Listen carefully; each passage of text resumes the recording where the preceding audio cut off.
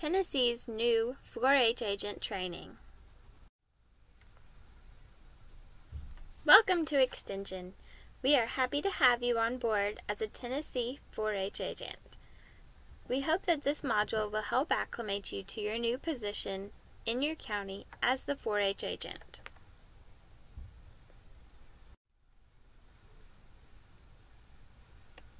Module 1. Getting to know your county.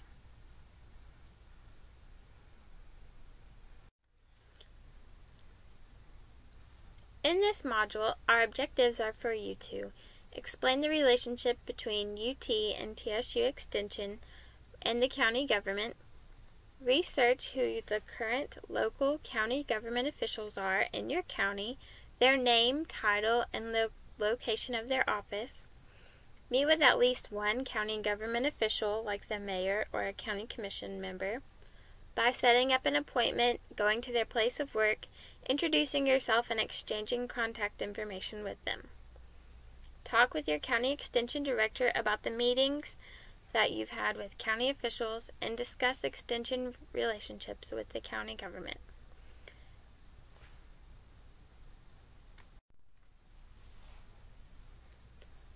The birth of Extension came from the passage of the Morrell Land Grant College Act of 1862, which was passed by President Abraham Lincoln.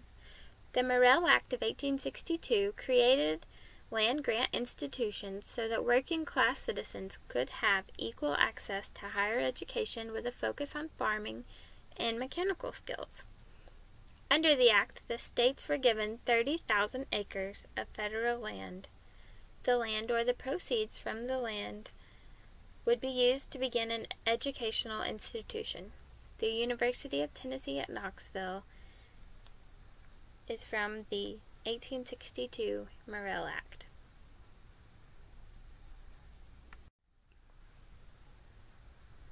In 1890, the second Morrell Act was passed to address educational inequality among African American and Native Americans. Tennessee State University, or TSU, stemmed from the 1890 Morrell Act in Tennessee.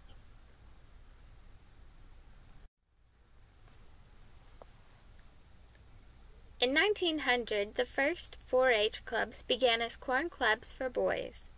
The boys that participated in corn clubs were each given a 1-acre plot of land in order to grow corn, and through this they learned new agricultural techniques from county agents and extension workers.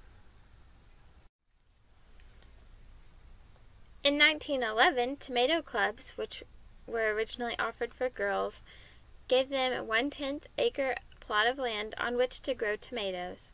The club then taught the girls how to properly can their tomatoes for extended preservation.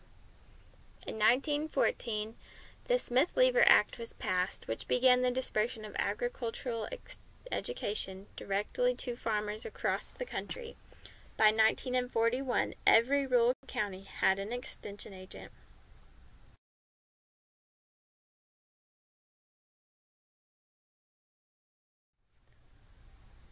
The Smith-Lever Act, passed in 1914, was celebrated in 2014.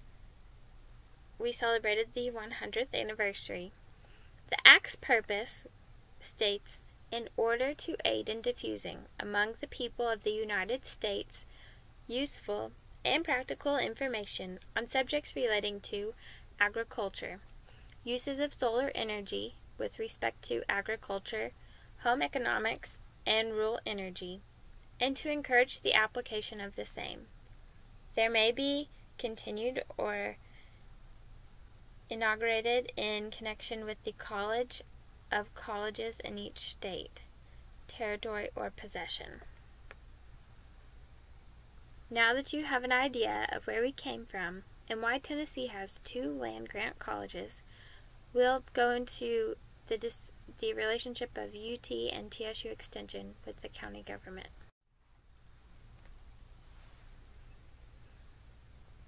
As found on their website, the mission of UT Extension says, UT Extension provides a gateway to the University of Tennessee as an outreach unit of the Institute of Agriculture.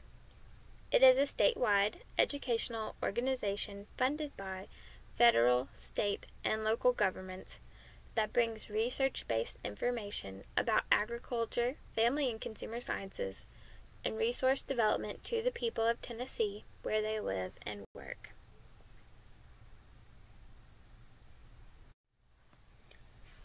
The mission of TSU Extension is very similar.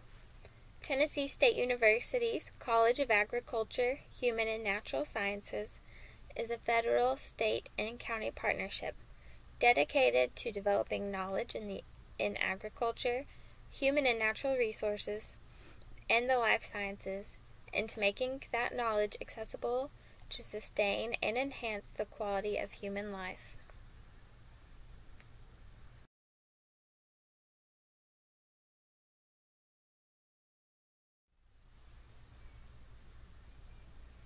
As you can see, each entity, UT and TSU, both receive federal, state, and local tax dollars to provide educational programs related to agriculture, family and consumer sciences, and natural resources across the state.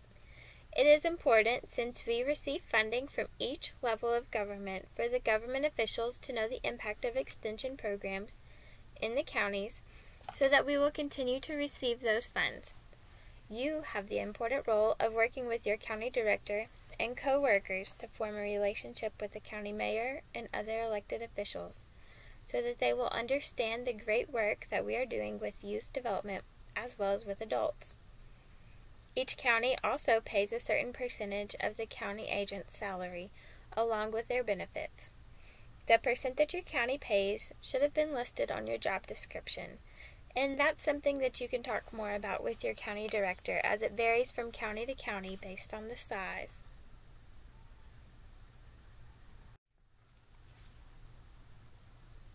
Reporting. This isn't our favorite word, but impact reports can be fun because we get to share the wonderful impacts of extension work in the county with people who care. Reporting the impact of your 4-H program is extremely important. There are many ways to report your impact, and it's good to use multiple methods. So today we'll talk about 4 of those. Extension offices generally send out a quarterly report newsletter to their stakeholders.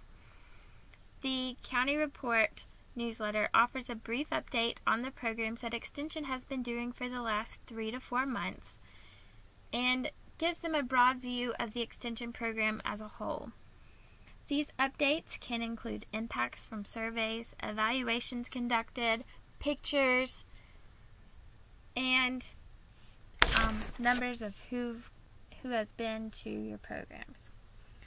Our stakeholders include county elected officials, in-state officials, ag committees, and community members who are interested and involved in our programs. Talk to your extension director about your county report and what role you're expected to play in preparing it each quarter. Another way to report impact is through the local newspaper. By submitting photos and articles about county 4-H contests, events, and clubs, people love to see pictures, especially of themselves or people that they know. So it's important to create moments for pictures that can be used for reporting purposes. Another recent way to report impact is through social media. Social media allows us an opportunity to report immediately after or during an event or a club. This can be done through a county Facebook page, a Twitter account, Instagram account, or any other type of social media. It's easy to post pictures during and after 4-H clubs, meetings, contests, and events, with a short comment about how many youth participated and what they gained from this experience. Also, tell them what's coming up next. Another avenue for reporting impact is your advisory committees and the Ag Committee. Holding regular meetings with these groups or mailing them an update is very important. They're good people to ask for feedback and ideas for improving your program.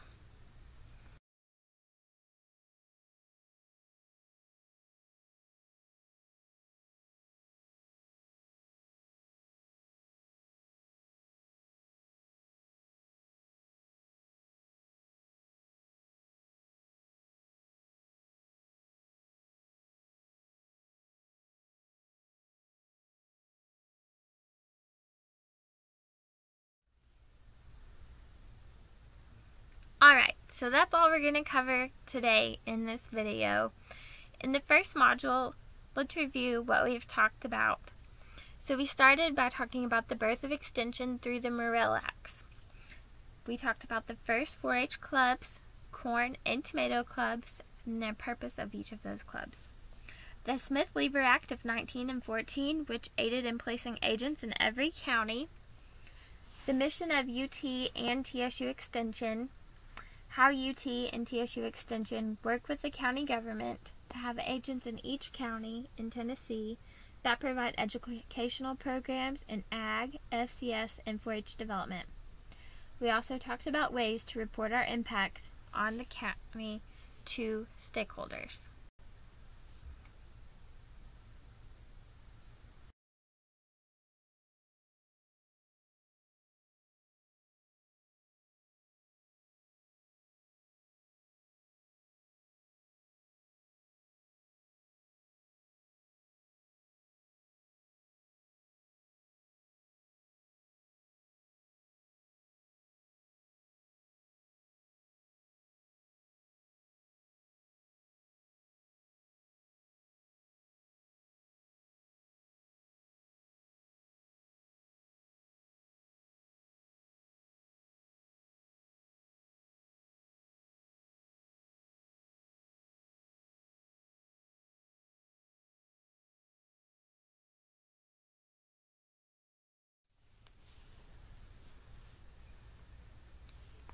So although the video is almost over, you do have a little bit of work left to do to complete Module 1. You have an assessment and some homework. The homework from this week comes from the other objectives that we have not covered yet for Module 1. You need to research who the current local county government officials are, their name, title, and location of their office. Meet with at least one of these county government officials and go to their place of work, introduce yourself, exchange contact information with them. Talk with your county extension director about your meeting with the county official and discuss Extension's relationship with the county government there. Talk with your county director about reporting and find out specifically how you can help with the county report newsletter in the future.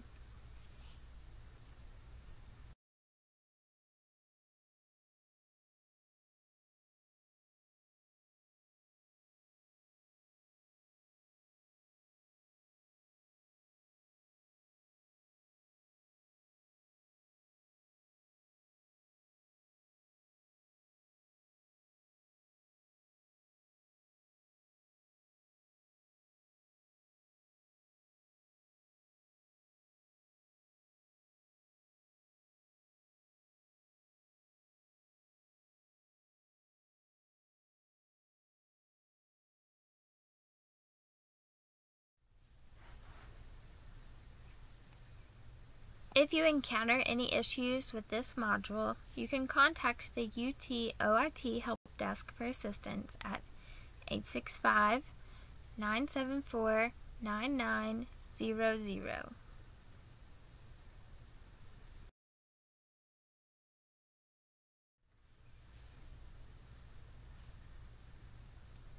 We hope that this module has assisted you in putting together some of the first puzzle pieces as you begin your exciting journey in Extension with 4-H. Please work on your homework, which can also be found on the online module. There's an attachment that you could print out. And complete your assessment, which is also found on the module online. And then you can move on to the second module. Each module should be completed in about a week.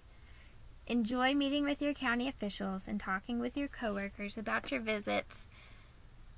Have a great first week, and welcome to Extension.